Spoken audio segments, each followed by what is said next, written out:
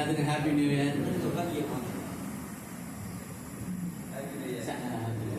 சங்கீதம் 37ஆம் அதிகாரம், அது கூட ஆகாது.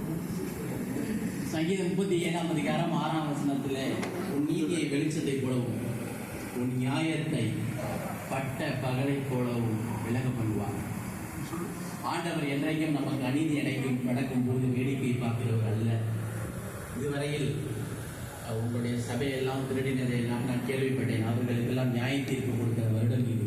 உன் நீதியை வெளிச்சத்தை போலவும் உன் நியாயத்தை பட்ட பகலை போலவும் விளங்க பண்ணுவார். உங்களுக்கும் கூட அநீதி செய்திருக்கலாம், அதற்கெல்லாம் நியாய தீர்ப்பு கொடுக்கிற வருடம் இது. உங்களையோ தேவ தயவினால் நிரப்புகிற காலம். உங்களுடைய சத்துருக்கள் மேலே என்ன பண்ணுவாராம்? அவருடைய சினம் இருக்கும். உங்கள் மீது தேவனுடைய தயவு இருக்கும். வருடம் நாங்கள் இந்த வாட்ஸ்அப், யூடியூப், ஃபேஸ்புக், இன்ஸ்டாகிராம் எல்லாத்துலேயும் நாங்கள் வாக்குத்தத்தங்களை போடுவோம். இந்த வருடம் டிசம்பர் மாதத்திலேயே சென்னை எல்ரோய் டிவியிலிருந்து கால் பண்ணி நாங்கள் இந்த வருடம் டிவிக்கு நீங்கள் தான் வாக்குத்தத்தம் பேசுகிறேன். அதை நேற்று கூட நான் நம்ம மனச்சனூர் குரூப்பில் நான் அந்த வீடியோ போட்டிருந்தேன். பாஸ்டர் வந்தோன்னு சொன்னாங்க, அதை நாங்கள் கேட்டோம், ரொம்ப சந்தோஷம் என்று சொன்னார்கள். இந்த வசனத்தின் படி கர்த்தர் நம்ம எல்லாரையும் ஆசீர்வதிப்பார்.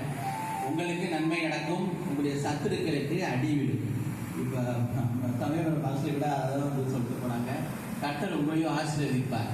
நாங்கள் ஏன் திருச்சியிலேருந்து வேற தாலுக்காலேருந்து இந்த கூட்டத்துக்கு நாங்கள் வரோம்னு சொன்னால், உண்மையுமே இங்கே எல்லாம் அன்பு உள்ளம் கொண்ட, பாசம் உள்ளம் கொண்ட ஊழியர்கள் நீங்கள். எல்லா தாலுக்காவை விட நீங்கள் இருக்கிறீங்க. அதனால தான் நாங்கள் தவறாமல் வருகிறோம்.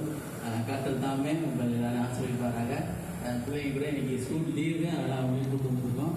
கர்த்தர் தாமே உங்களை நான் ஆசீர்வதிப்பேன்.